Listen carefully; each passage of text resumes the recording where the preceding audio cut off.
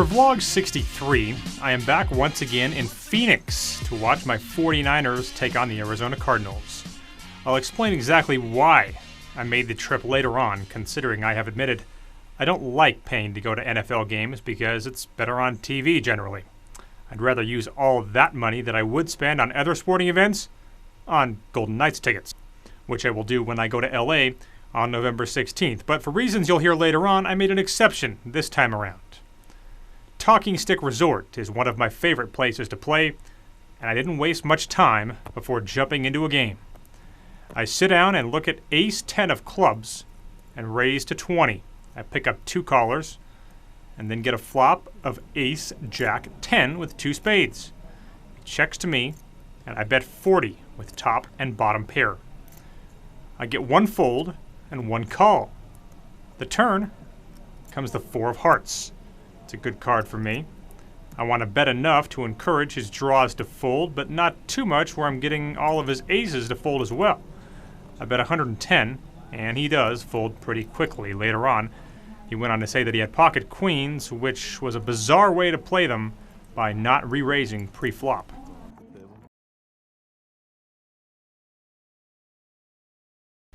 Later on, playing 6-handed, I overlimp pocket 5s in the hijack. In the flop comes deuce 3 4 with 1 diamond. It gets checked to me, and with an overpair and an open-ended straight draw, I bet 10 bucks into 15. Get 2 calls, so with 45 in, the turn is the 5 of diamonds, giving me top set, but a one-liner to a straight is out there. We get a bet of $20 and a call, so I call as well, hoping the board will pair. With 105 in, the river is the king of diamonds. Player to my left bets 25, and I opted to pay him off, considering the bet was so small. Deep down, I knew it was a mistake. I figured he probably had a straight here. Instead, he ended up having 7-8 of diamonds for a rivered flush. And even though I only lost the next 25 bucks there, I was still pretty disgusted in my own play in that hand. The very next hand, I look down at pocket aces under the gun and make it 20. The cutoff calls, and the big blind, who would just beat my set of 5s, calls as well. With 60 in, it comes ace 6 deuce rainbow. Top set for me on a flop that's as dry as the desert around the town I'm playing in. The big blind checks, and I opt to slow play here, hoping someone catches something.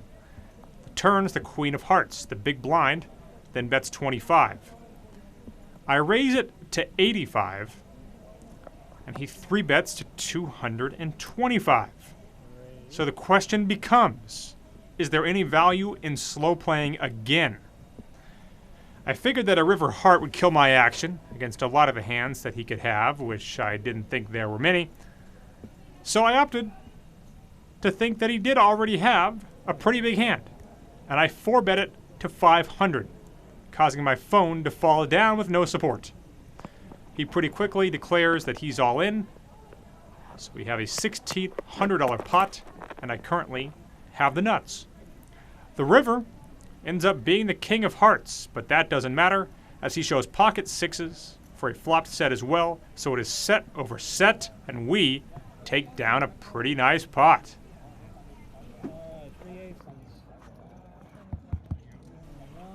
Later on, I pick up pocket 9s under the gun and make it 20, right as Howie Kendrick hits a 2-run home run to give the Nationals a 3-2 lead in Game 7 of the World Series.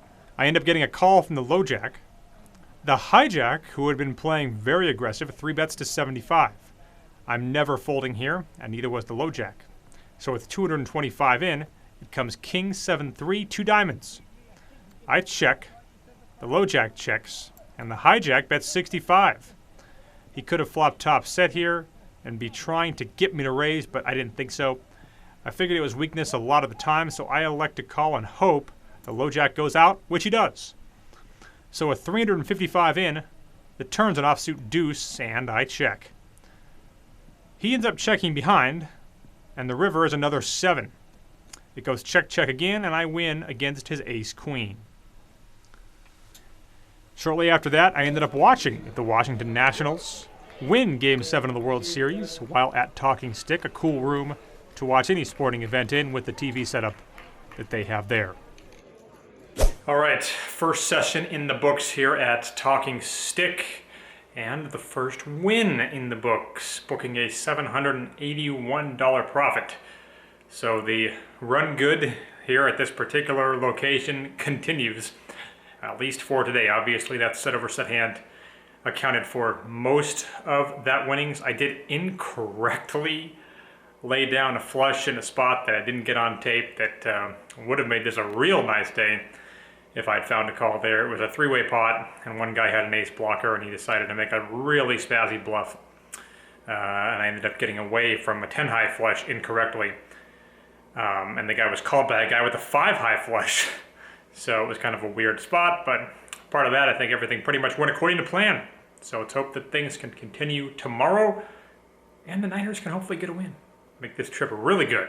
The casino at Talking Stick, quite busy, but the gym, not so much.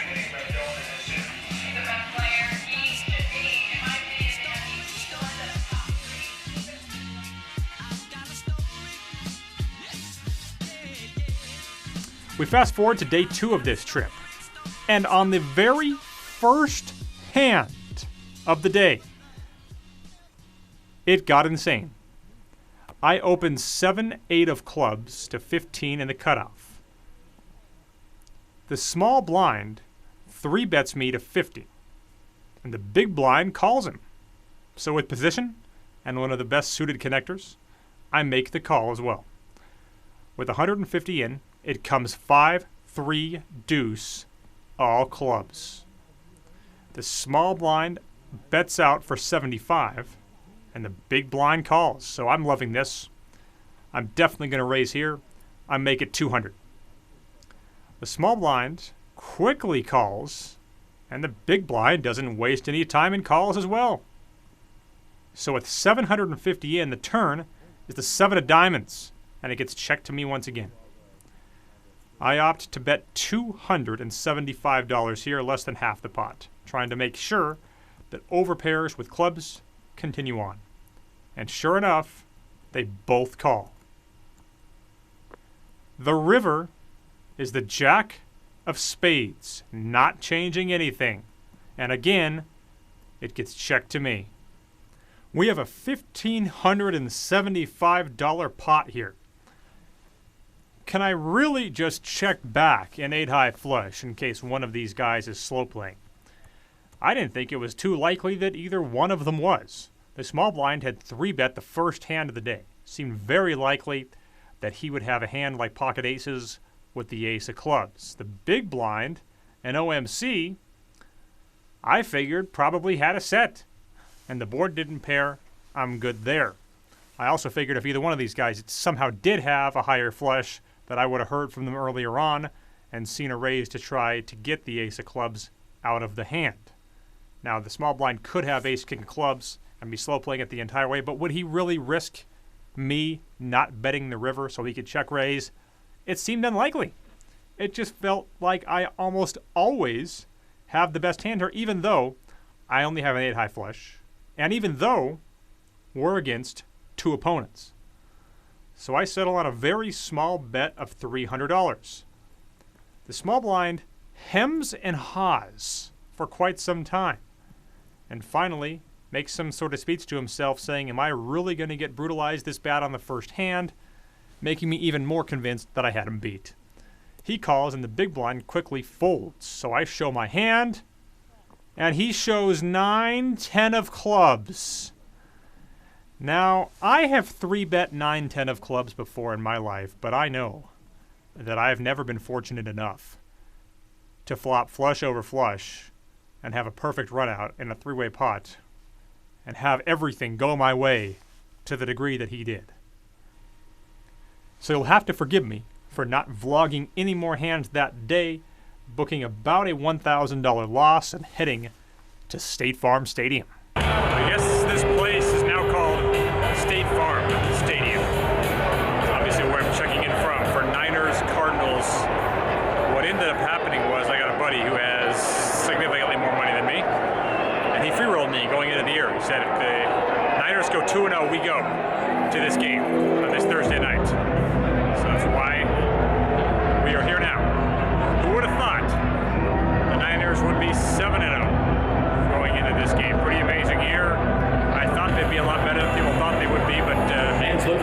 expect this. And Sportsman's Park. So it's pretty cool to see. Certainly expect them to win here today. All the big red these Cardinals. And recycle at the stadium. You never know. I expected to win that hand with the 7-8. Because you don't always get what you expect. The official game day magazine of the Arizona Cardinals.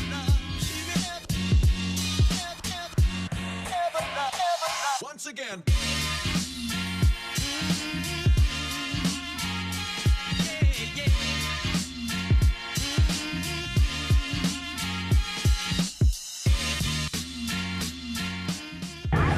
Well, it was a hell of a lot closer than we wanted it to be. The Niners pulled out a win, something I was unable to do.